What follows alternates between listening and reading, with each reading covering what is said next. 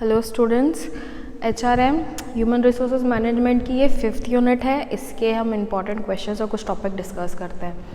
अभी तक हमने ट्रेड यूनियंस पढ़ा है, डेवलपमेंट पढ़ा है, R&Ds पढ़ा है, डिस्प्यूट्स पढ़े हैं।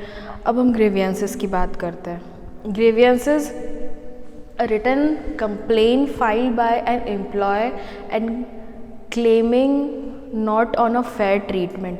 ग्रीवियंस का मतलब है किसी एम्प्लॉय को या तो कोई फेयर ट्रीटमेंट नहीं दिया जा रहा है, या फिर उनके साथ कुछ ऐसा व्यवहार किया जा रहा है जो उन्हें पसंद नहीं आ रहा है, या फिर उनके बॉसेस के साथ उनका कोई डिस्प्यूट हो रहा है, या तो उनके साथ अच्छे से ट्रीटमेंट नहीं हो रहा है, या तो उनको ठीक प्रोवाइड जो उनका अमाउंट बनता है उनको सैलरी नहीं मिल रही है। ओवरऑल मतलब हम ये कह सकते हैं कि किसी एम्प्लॉय को अपने बॉस से या फिर अपने काम से या फिर उनको जो सैलरी प्रोवाइड की जा रही है उससे कोई इशू आ रहा है, और वो व्यक्ति, वो पर्टिकुलरली एम्प्लॉय जो है वो अपनी क्या कर रहा है, कंप्लेन आगे फाइल कर रहा है। वो आगे बता रहा है कि भैया मुझे इस प्रॉब्लम, मुझे इस बात से या फिर मुझे इस चीज़ से इस ऑर्गेनाइजेशन में, इस कंपनी में प्रॉब्लम हो रही है।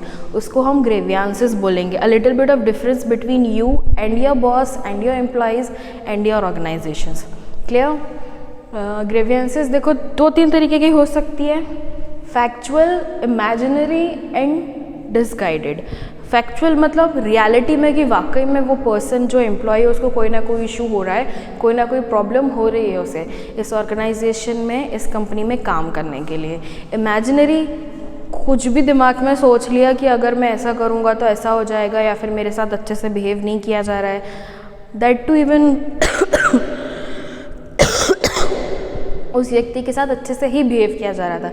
इमेजिनरी मतलब हमारे दिमाग में ही सोच लेना कि हमारे साथ अच्छा बिहेव नहीं हो रहा है या फिर हमें सही अमाउंट नहीं पे किया जा रहा है। एंड डिसगाइडेड मतलब किसी व्यक्ति ने किसी व्यक्ति को, किसी एम्प्लॉय के, किसी ऑर्गेनाइजेशन को कुछ गलत इन्फॉर्मेशन प्रोवाइड कर दी है। तुम्हारे साथ तो ये गलत हो रहा है, तुम्हें तो इतना ज़्यादा अमाउंट मिलना चाहिए था, तुम्हें तो इतनी ज़्यादा रिस्पेक्ट मिलनी चाहिए थी, तुम्हें यहाँ पर हो अभी तक, तुम्हारा प्रमोशन नहीं हुआ। कोई भी XYZ चीज़ जो किसी थर्ड पार्टी के द्वारा किसी एम्प्लॉय के दिमाग में कुछ भी XYZ ऐसी चीज़ें जो रियलिटी में है ही नहीं, बस उन्हें मिसलीड किया जा रहा है, उसे क्या बोल सकते हैं? उसे डिसगाइडेड बोल सकते हैं। और डिसगाइडेड इन फ्यूचर ये ग्रीवियंस में कन्वर्ट हो जाएगा। Clear?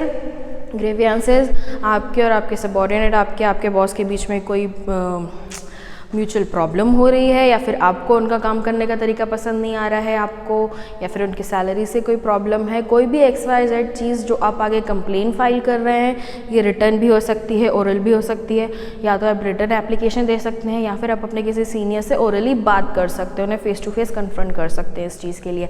That is all over known as grievances.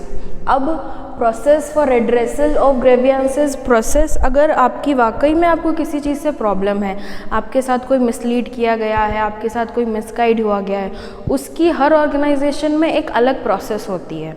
जैसे हम कोर्ट्स के बारे में बात करते हैं, डिस्ट्रिक्ट में कोर्ट्स होते हैं, स्टेट में कोर्ट्स होते हैं, सुप्रीम कोर्ट्स होते हैं, हाई कोर्ट होते हैं, अलग अलग लेवल्स ऑफ कोर्ट्स हैं। अगर आपकी प्रॉब्लम इस कोर्ट में सॉल्व नहीं हो रही है तो आप उससे अलग में अपील करोगे, उससे अपर वाले कोर्ट में अपील करोगे।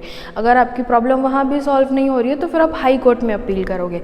यहाँ का भी यही प्रोसेस है। अगर आपकी जो प्रॉब्लम है, अगर आपका जो ग्रीवियंस है, जो हम वर्ड जिसका डेफिनेशन मीनिंग अभी पढ़ रहे हैं, वो अगर आपकी अभी सॉल्व नहीं हो पा रही है तो आप अपने मैनेजर को बोलोगे, मैनेजर से नहीं हो पाएगी तो वो सीनियर मैनेजर को कहेंगे, सीनियर मैनेजर से नहीं हो पाएंगे तो CEO मैनेजिंग डायरेक्टर के पास वो चीज़ जाएगी। इसका एक पूरा प्रॉपर प्रोसेस है। ये यहाँ पर 6 स्टेजेस में डिवाइडेड है। फर्स्ट स्टेज ऐसी है कि विदिन 24 आवर्स, ये सॉरी उल्टा पढ़ना है, ऊपर से पढ़ो, ये 6th स्टेज है। 6th स्टेज से हम नीचे आएंगे। स्टेजेस ऑफ सेटलमेंट है। आपने अपनी कंप्लेंट डाली आपकी ग्रीवियंस कमेटी को कि मुझे इस चीज़ से, इस प्रॉब्लम से ये इशू आ रहा है, वो विदिन 7 डेज़ में उसका मैटर सॉल्व करने की कोशिश करेंगे।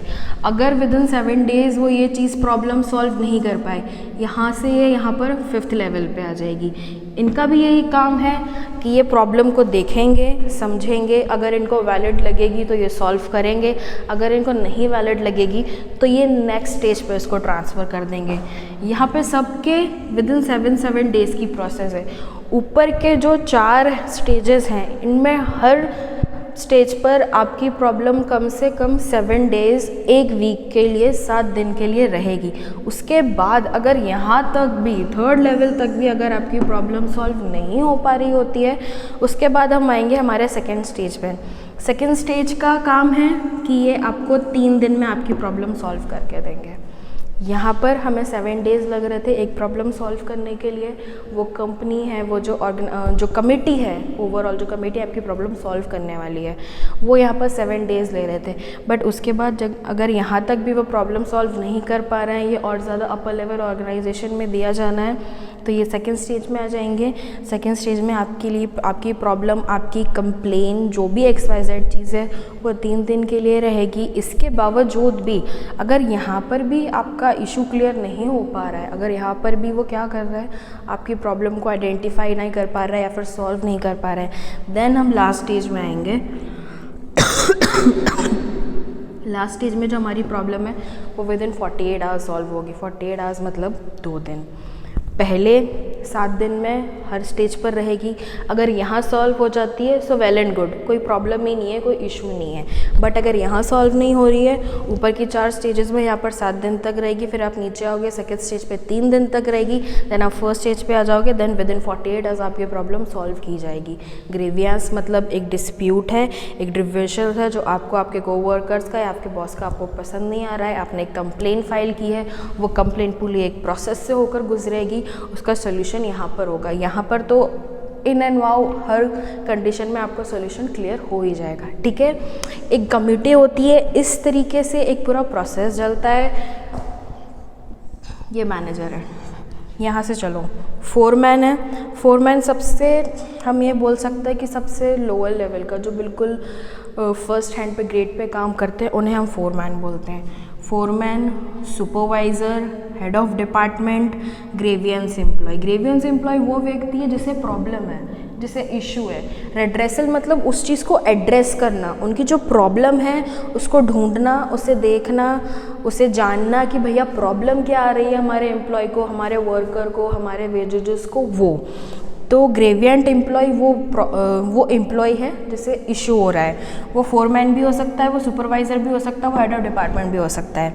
यहाँ पर आओ, डिपार्टमेंटल रिप्रेजेंटेटिव। डिपार्टमेंटल रिप्रेजेंटेटिव हर डिपार्टमेंट को एक व्यक्ति रिप्रेजेंट करता है। ये हम मैनेजिंग के हैं, हम मार्केटिंग के हैं, हम प्रोडक्शन के हैं, हम एडवर्टाइजमेंट के हैं, हम सेलिंग ग्रुप के हैं, हम फैक्ट्री मैनेजर के।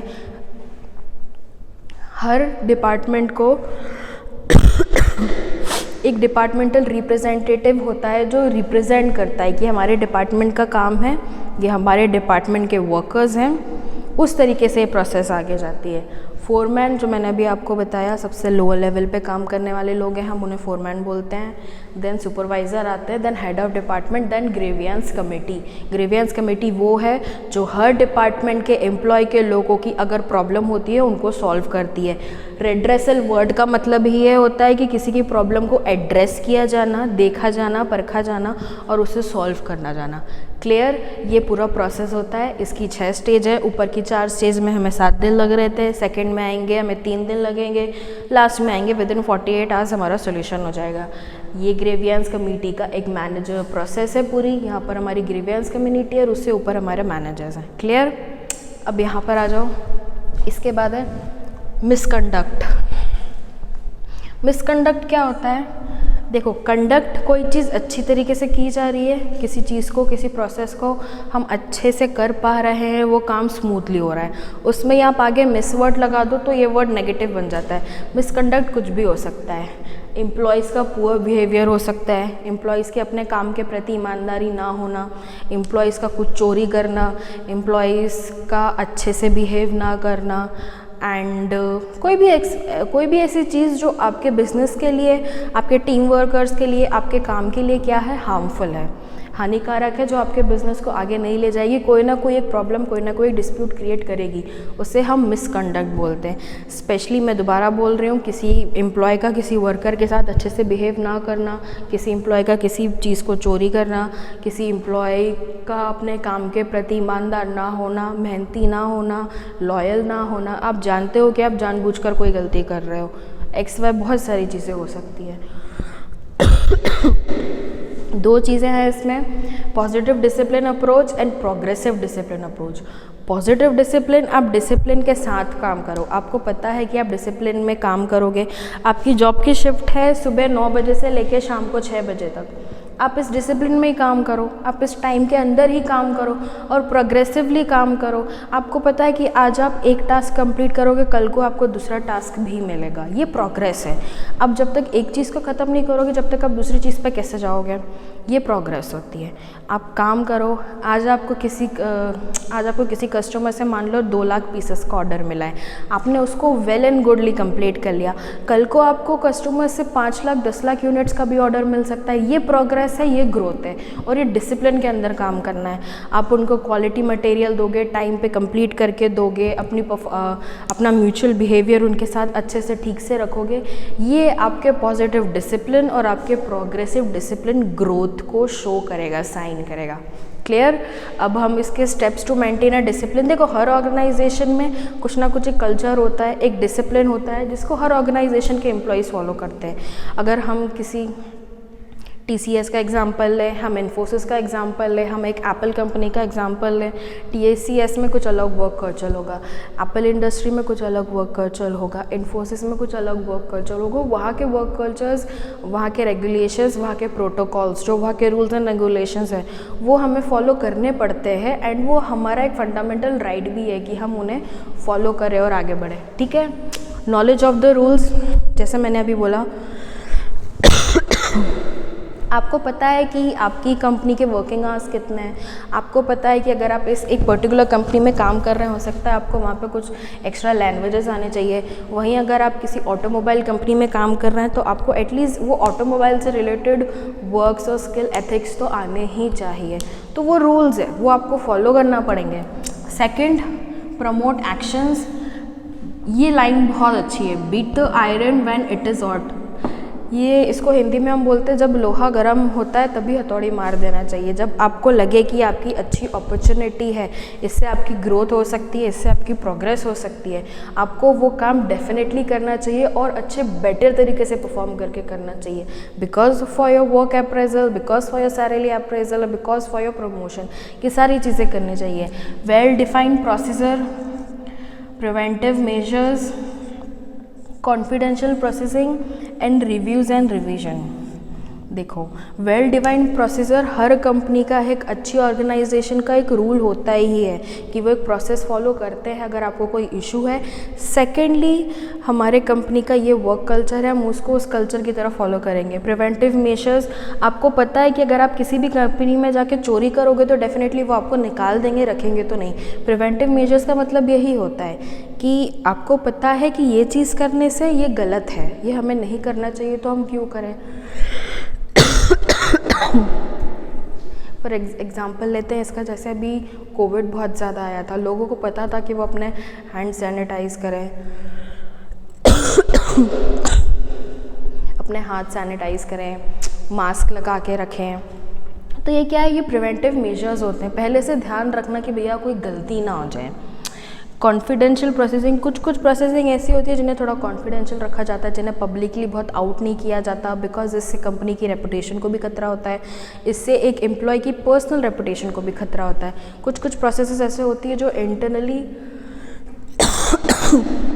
अंदर एरियाज़ में चलती हैं। रिव्यूज़ एंड रिवीजन, हर काम का रिव्यू लिया जाए, हर ऑर्गेनाइजेशन में हर एम्प्लॉय के साथ एक रिवीजन भी हो, उनका काम कैसा जा रहा है, उन्होंने अपना टास्क कैसा परफॉर्म किया है, उनका वर्क कल्चर कैसा है। इस चीज़ को भी पूरा प्रोसेस एक डिसिप्लिन मेंटेन किया जाता है ताकि हमारी ऑर्गेनाइजेशन को आगे कोई खतरा ना हो या फिर कोई लॉस बियरिंग ना हो, कोई XYZ की हार्मफुल चीज़ ना हो। यहाँ पर ये हमारी 5 यूनिट के इंपॉर्टेंट क्वेश्चंस कंप्लीट हो रहे हैं। आप एक बार रिवीजन कीजिए। इंपॉर्टेंट क्वेश्चंस आपको कॉलेज के ग्रुप में भी प्रोवाइड किए गए हैं, आप PDF से भी पढ़िए एंड यहाँ पर ये ख़त्म होता है।